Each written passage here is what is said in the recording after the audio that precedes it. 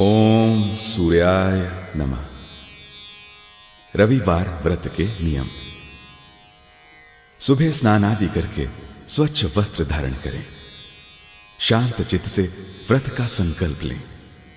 सत्य बोलें और ईमानदारी का व्यवहार करें और कम से कम एक परोपकार का काम अवश्य करें। व्रत के दिन एक ही समय भोजन करें। भोजन तथा फलाहार सूर्यास्त से पहले ही कर लें और यदि सूर्य छिप जाए तो दूसरे दिन सूर्य भगवान को जल देकर ही अन्न ग्रहण करें। व्रत की समाप्ति के पूर्व रविवार की कथा अवश्य कहें, सुने या पढ़ें। व्रत के दिन नमकीन और तेल युक्त भोजन भूलकर भी ना करें। इस व्रत के करने से नेत्र रोग को छोड़कर सभी रोग दूर हो जाते हैं। राजसभा में सम्मान बढ़ता है और हर प्रकार का कल्याण होता है। रविवार व्रत की कथा कुछ इस प्रकार है। अत्यंत प्राचीन समय की बात है। एक नगर में एक बुढ़िया रहती थी। वो प्रत्येक रविवार को सूर्य भगवान का व्रत रखती थी। उसका नियम था कि वो ब्रह्म मुहूर्त में उठकर शौच स्नान आदि से निवृत्त होकर अपनी पड़ोसन की गाय के गोबर से घर को लीप कर शुद्ध और सात्विक भाव से भोजन बनाती थी। तीसरे प्रहर सूर्य भगवान को भोग लगाकर स्वयं शेष भोजन को भगवान का प्रसाद समझकर विनम्र भाव से ग्रहण करती थी। इस व्रत के परिणाम स्वरूप उसका घर धन धान्य से पूर्ण हो गया था। वो सभी प्रकार से सुखी और संतुष्ट थी। उस बुढ़िया के पड़ोस में एक और स्त्री रहती थी। उसे वृद्धा की श्री संपन्नता अच्छी नहीं लगी, इसलिए उसने रविवार के दिन वृद्धा के उठने से पहले ही अपनी गाय का गोबर उठाकर अंदर रख लिया। आसपास और कोई गाय नहीं थी।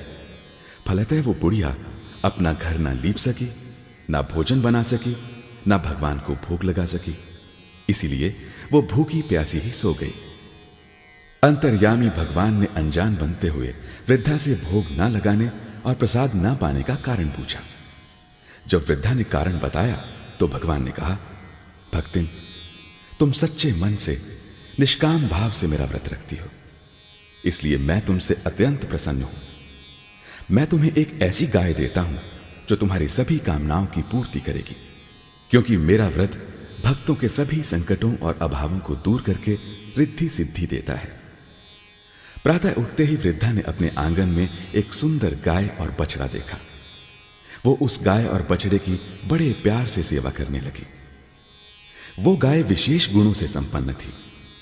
वो सोने का गोबर करती थी। संयोग से उसके प्रथम गोबर त्याग को ईर्ष्यालु पड़ोसन ने देख लिया। फलतः वो ताक में रहने लगी और जैसे ही गाय गोबर करती, पड़ोसन उसे उठाकर ले जाती और उसके स्थान पर अपनी गाय का गोबर रख जाती। सूर्य भगवान ने वृद्धा की रक्षा करने का एक उपाय निकाला। शाम के समय बड़ी जोर से आंधी चली। वृद्धा को गाय घर में बांधकर सोना पड़ा।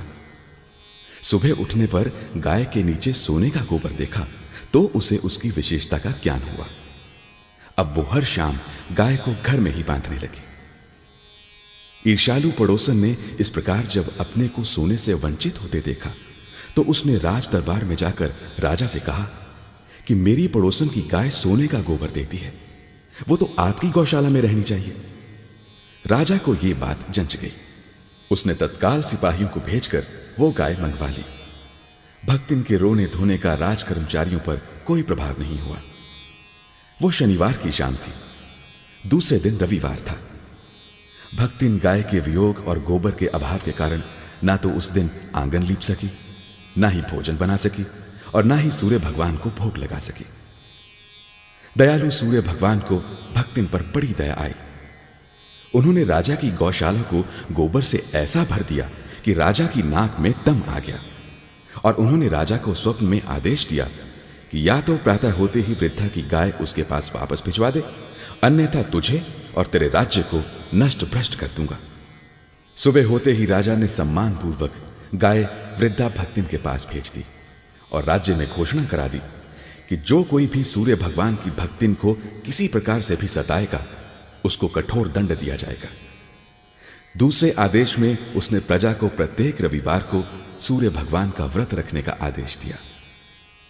व्रत के सुपरिणाम स्वरूप राजा की और प्रजा की समस्त मनोकामनाएं पूर्ण होगी और प्रजा तथा राजा आनंद के साथ भगवान की कृपा का बखान करते हुए दीर्घ काल तक सुखी और संतुष्ट रहकर स्वर्ग लोक को सिधार गए।